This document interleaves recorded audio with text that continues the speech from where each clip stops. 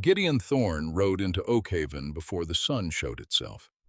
He'd done it that way on purpose, easier to see a place clearly when no one was awake to perform for you.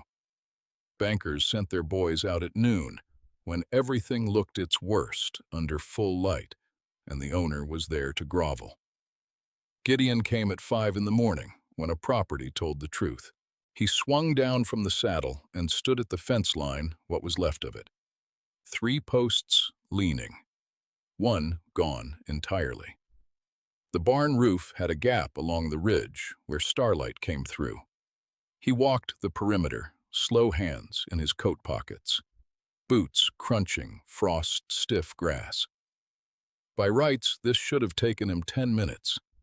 He spent 45, because the things that weren't broken stopped him every time. The drainage ditch along the south field had been dug out by hand recently, the earth still dark and loose compared to the frozen ground around it. Someone had mapped the runoff pattern right. Whoever dug that ditch understood slope. The kitchen garden was put to bed properly, straw packed tight over the rows. The woodpile was stacked with the cut ends out the way you did it when you expected a long winter and needed the wood to stay dry. He pushed open the door. Inside, a single oil lamp had burned itself down to nothing. The smell of its scorched wick, cold metal, sat in the air. The floor had been scrubbed so hard the grains stood up from the boards. There was a ledger open on the table. He didn't touch it. He read it where it lay. The handwriting was small and straight, not pretty practical. Every column aligned, every entry dated.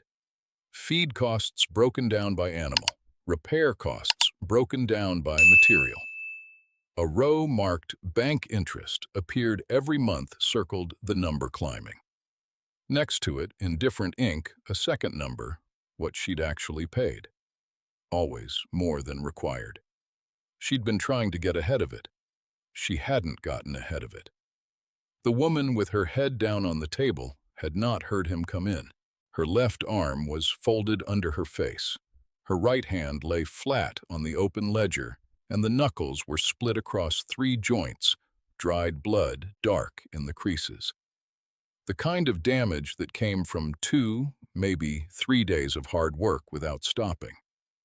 The kind of hands that meant something had needed doing, and she had done it regardless.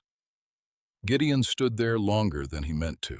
He was a man who had looked at 1,000 properties and made the calculation fast. Value, liability, offer, or walk. He had never stood in a stranger's kitchen at 5 in the morning watching the slow rise and fall of a woman's breathing and felt the calculation refuse to come. The gap in the south wall pushed a thin line of cold air across the floor. He unbuttoned his coat.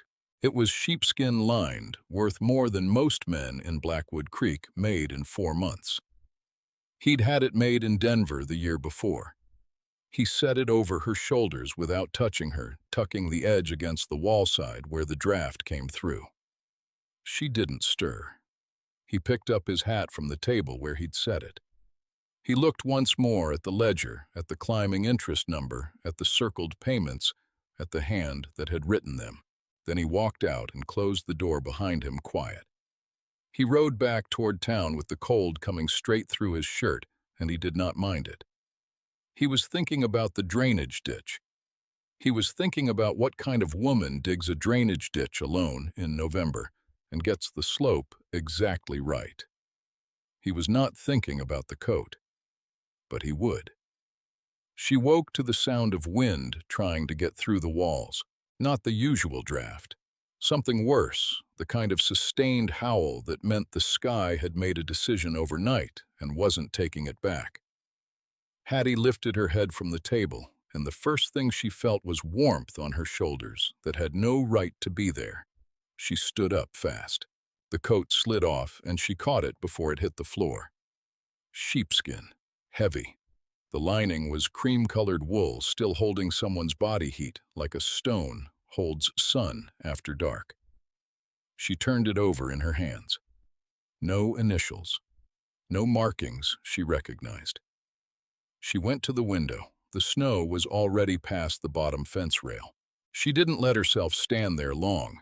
She put the coat over the chair back, pulled on her own thin canvas, the left cuff held by 2 stitches, and opened the door to see what she was dealing with.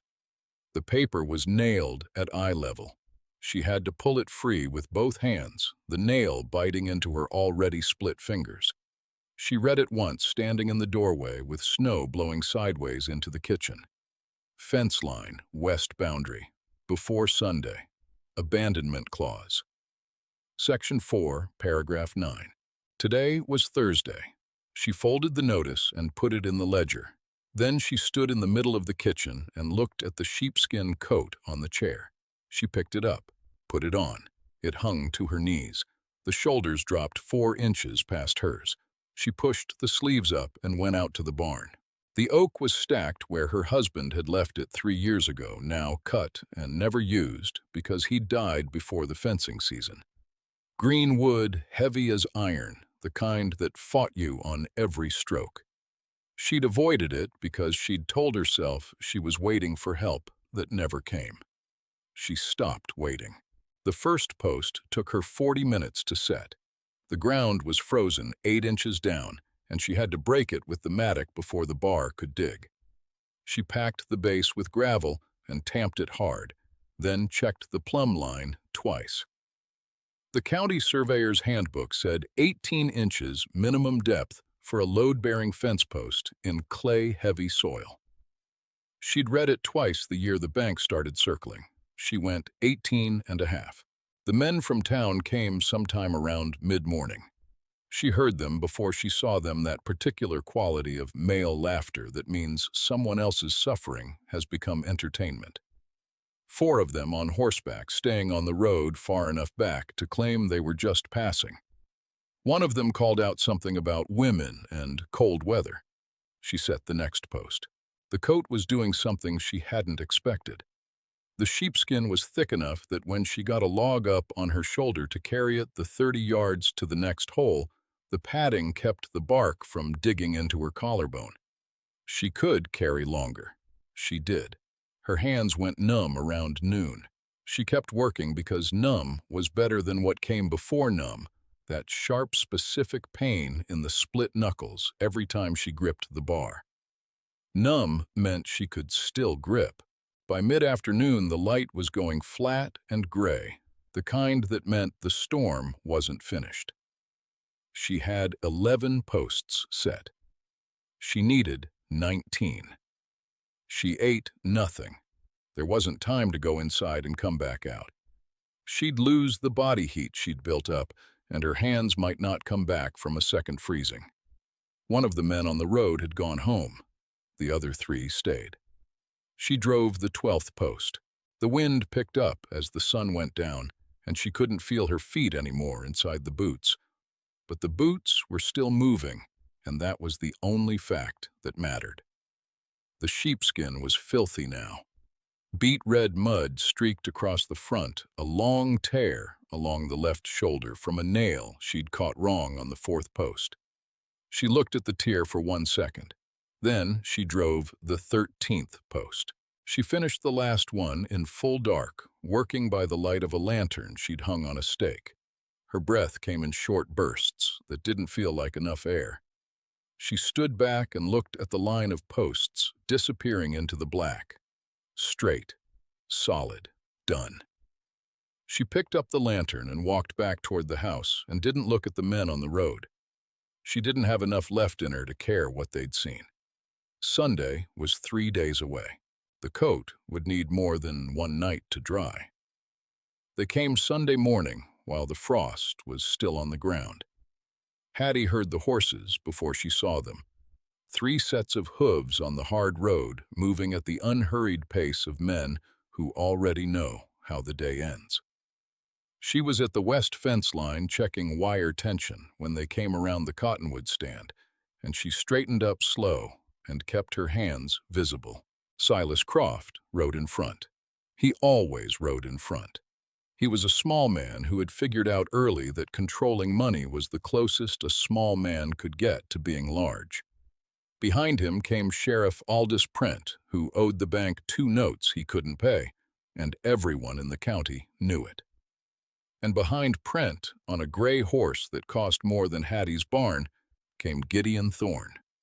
She recognized the horse before she recognized the man.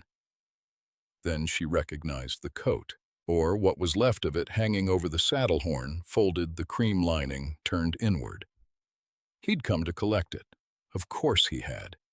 She'd known since Thursday morning whose it was. There was only one man in Blackwood Creek who wore sheepskin lined that way, and she'd spent 3 days working in it and ruining it and not letting herself think too hard about what that meant. Silas dismounted without being invited and walked the fence line with his hands clasped behind his back, the way he'd seen judges do it in the county seat.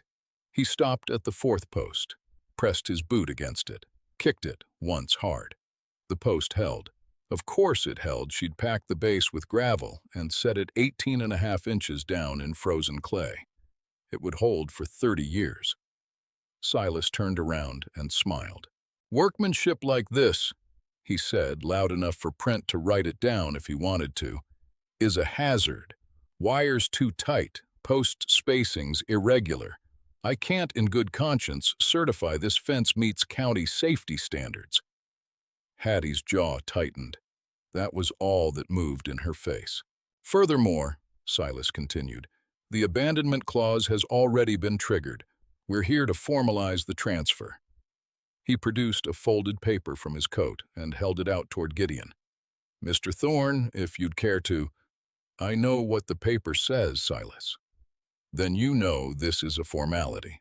Gideon hadn't moved from his horse. He was looking at the fence line, not at Silas, not at Hattie.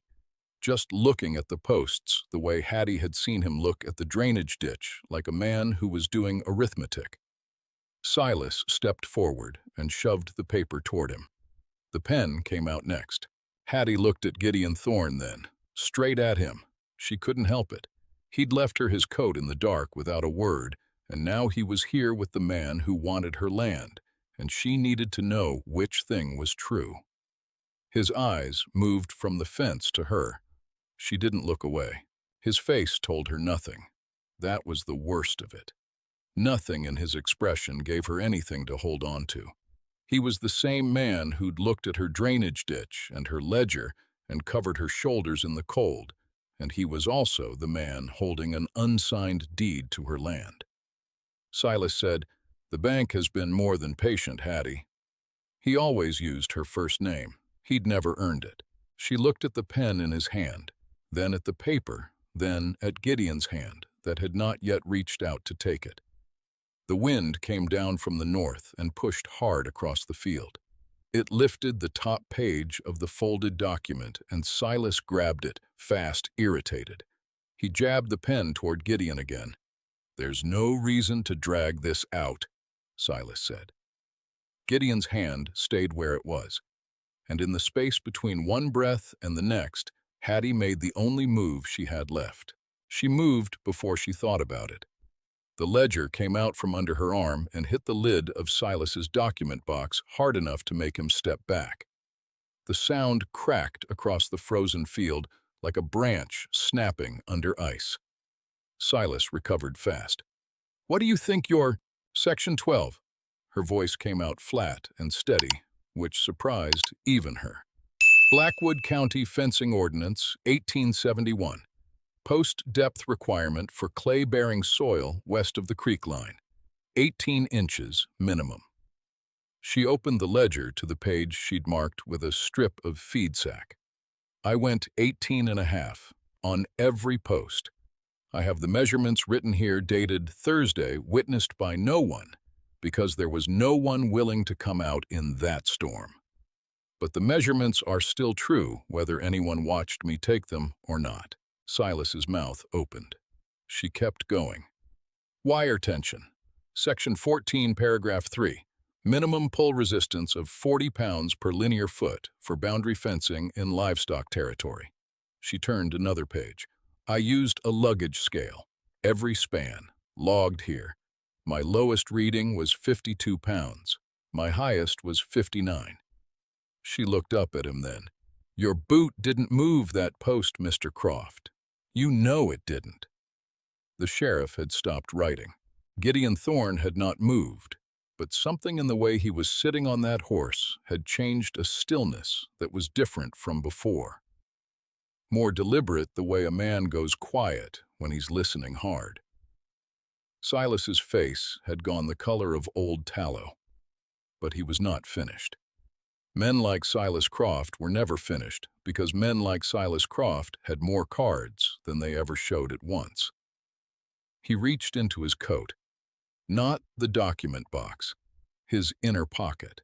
He produced a single folded sheet smaller than the deed, and he unfolded it with the particular care of a man who had been waiting to use it.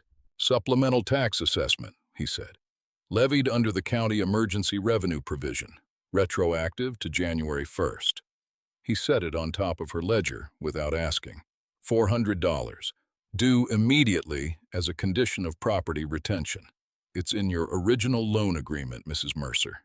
Page 9, small text at the bottom. I'd have thought a woman who reads ordinances so carefully would have caught it." The field went quiet, except for the wind. Hattie looked at the number. $400. She had $11.40 in the tin box under the floorboard. She had a ledger full of correct figures that added up to not enough. She had two hands that had stopped hurting sometime Saturday night because there wasn't enough feeling left in them to hurt. $400. She did not move. She stood in the frozen mud with Silas Croft's assessment on top of her ledger, and she breathed in through her nose slow, and she looked at the number and did not let her eyes fill, because that was the one thing she had promised herself she would not do in front of this man. Not ever. The pen was still in Silas's hand. He turned back to Gideon with the ease of someone who has just won and is trying not to show how much he enjoyed it. "Technical arguments don't settle debt," Silas said. $400, Mr. Thorne. She can't pay it. You know she can't pay it. So if you'll just... What did you set the wire with?" Silas stopped. The question had come from Gideon. He was looking at Hattie, not at Silas. She met his eyes. "Fencing pliers and a come-along I borrowed from the Halverson place." "Alone?" "Yes." He looked back at the fence line, at the posts running straight into the distance, one after another, perfectly spaced, perfectly plumb, each one driven by a woman working in a dead man's coat in a blizzard, while 4 men sat on horses and waited for her to stop. His hand had still not reached for the pen. Silas shook it at him once sharp, like a man losing patience with a slow student. Gideon looked at the pen, then at Silas. "How much did you say?" $400, Silas said again, slower this time, like the number was something to be savored. Gideon swung down from his horse. He didn't take the pen. He walked past Silas like the man wasn't holding anything, and he stopped at the fence line. He put his hand on the nearest post and pushed, not a test, not a performance, just a man checking a thing he wanted to know. The post didn't give. He moved to the next one, same result. He walked 4 posts down the line with his hand trailing the wire, feeling the tension in it, and nobody spoke while he did it. He came back and picked up the ledger from where it sat on Silas's document box. He was careful with it. He turned the pages the way you turn pages when the paper is important, without bending, without rushing. He read the fence measurements. He read the wire tension log. He turned back further and read the monthly bank entries, the circled interest numbers, the payments that were always more than required and never enough. He looked at the blood stain on the lower corner of the page. Dark brown, now dried into the grain of the paper. He didn't look at it long. Then he looked at the coat. It was still draped over her arm where she'd been holding it since they arrived, some instinct telling her to have it ready to return. The left shoulder was torn 4 inches along the seam. The front was streaked with that red clay mud that never fully washed out. There was a black mark along the right cuff from the lantern she'd hung on the stake her last night of work. He looked at it for a long time. Silas said, "Mr. Thorne, the assessment is a legal instrument. If you're thinking of, I'm not buying this land." Silas exhaled. "Good. Then if you'll just sign the, I'm not buying it," Gideon said, "because I don't purchase what I can lease for less." The exhale stopped. Gideon turned to Hattie, not to Silas, not to the sheriff, to Hattie, who was standing in the mud with a ruined coat over her arm and $11 in a tin box under her floor, and not one crack showing in her face. "The west fence line," he said. "My cattle move through this corridor twice a year, spring and fall. I've been routing them 6 miles north to avoid Croft's grazing fees." He paused. "Your line is better positioned. I want a 10-year lease on corridor access west boundary, seasonal terms. I'll pay the first year up front." Hattie's grip tightened on the ledger, the only sign. "How much up front?" she said. $1,000. The number sat in the cold air. Silas made a sound, not quite a word, something that started as an objection and couldn't find its shape. "You can't. This is interference with a legal bank proceeding. You can't simply. The tax assessment is $400. Gideon's voice hadn't changed in volume or temperature since he'd started talking. "She'll pay it today. That clears your claim. The rest is a private business arrangement between 2 landowners, which is none of your proceeding."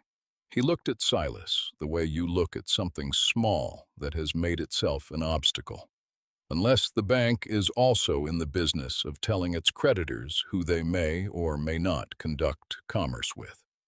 I have 12 notes at 3 other banks in this county, Silas. You want to have that conversation." Silas's mouth closed. Gideon reached into his jacket and produced a folded bank draft. He didn't write it out there in the field. It was already written. Hattie looked at that and understood he'd done the arithmetic before he wrote out. He'd known what he was going to do before he got here, maybe since Thursday, maybe since the morning he walked out of her kitchen and rode home through the cold without his coat. He held the draft out to her. She took it, looked at the number, folded it once, and put it in the ledger. Then she held the coat out to him. He shook his head once. "Keep it until I send a proper one." He looked at the torn shoulder. "That one's earned its retirement." Then he turned to Silas Croft and waited with the patience of a man who has nothing left to prove and all day to stand there proving it. Silas Croft left without speaking. That was the most satisfying thing about it. Not the draft in the ledger, not the look on Brent's face when he put his notebook away. It was the silence Silas took with him when he turned his horse around and rode back toward town. No parting remark, no threat dressed up as a pleasantry. Just the sound of hooves on frozen ground getting smaller, and then nothing. Brent followed without making eye contact with anyone. The wind came down from the north and pushed a thin line of cloud across the sun. The field went briefly gray, then bright again. Somewhere in the cottonwoods, a branch cracked under ice weight and fell. Hattie looked at the fence line. 19 posts. Straight as a surveyor's string. The wire caught the morning light along its full length, running west until it met the tree line and disappeared. 3 days of work that nobody had believed she could finish stood there in the cold, saying nothing, which was exactly the right amount. She opened the ledger to the back page and uncapped her pen. "The corridor," she said. "I need the exact dates of movement. Spring and fall, both. I'll need to account for grazing pressure on the south pasture if your herd is coming through twice a year. I'll have to rotate my kitchen garden plot earlier than I planned." Gideon had not gotten back on his horse. He stood at the fence line with his arms crossed, looking west the way he'd looked at everything on this property like he was reading it. "Spring drive runs 3rd week of April," he said. "Fall drive 2nd week of October. 3 days each pass. Herds 1,100 head, give or take." She wrote it down. "Column date, duration, estimated impact. Gate at the north end of the line," she said. "You'll need one. I don't have the hardware yet. I'll send it out with the first crew. I'll install it." He looked at her then. Your hands need a week before they grip a wrench again, he said. Not an argument, a fact stated the way you state facts about weather or soil. She looked at her hands. The knuckles had scabbed over in the night tight and pulling every time she flexed her fingers. She had not let herself look at them closely until now. 10 days, she said. Something shifted at the corner of his mouth. Not a smile, exactly more the face a man makes when an answer lands where he expected it to. He walked back to his horse and pulled the folded sheepskin from the saddle horn. He held it out. I told you to keep it. You told me to keep it until you sent a proper one. She nodded toward it. That's still a proper coat. The tear's along the seam, not through the skin. Sheepskin, that weighed a good needle, and waxed thread 2 hours of work. She pushed her pen back into the ledger spine. Oak country's full of snags. You'll ruin the new one inside a month. He stood there holding the coat. You know saddle repair, he said. My father made tack. I grew up with an awl in my hand before I grew up with a pen. She closed the ledger. I'll have it back to you before the spring drive. Count it as part of the operating arrangement. He looked at the coat. At the torn shoulder, the clay-stained front, the scorched cuff. The kind of damage that is also a record of every post driven, every span of wire, pulled every hour, worked in the dark, with a lantern swinging in the wind. He folded it and set it over the top fence rail. I'll send the gate hardware Tuesday, he said. I'll be here. He swung up into the saddle, gathered the reins. He looked down at her, once not the way men in this county usually looked at her, which was to say, through her, or past her, or at the ground her dead husband used to stand on. He looked at her the way he'd looked at the fence line and the drainage ditch and the ledger full of careful numbers, like something worth the trouble of understanding correctly. Then he turned the gray horse toward the road and rode out at a walk unhurried the way a man rides when the day has gone exactly as he calculated. Hattie stood alone in the field. She picked up the coat from the fence rail, ran her thumb along the torn seam, feeling where the stitching had pulled. Oak gall tannin in the leather still faint bitter underneath the mud and cold. She could work with this. She had worked with worse. She put it over her arm and walked back toward the house. The ledger was under her other arm. The bank draft was inside it.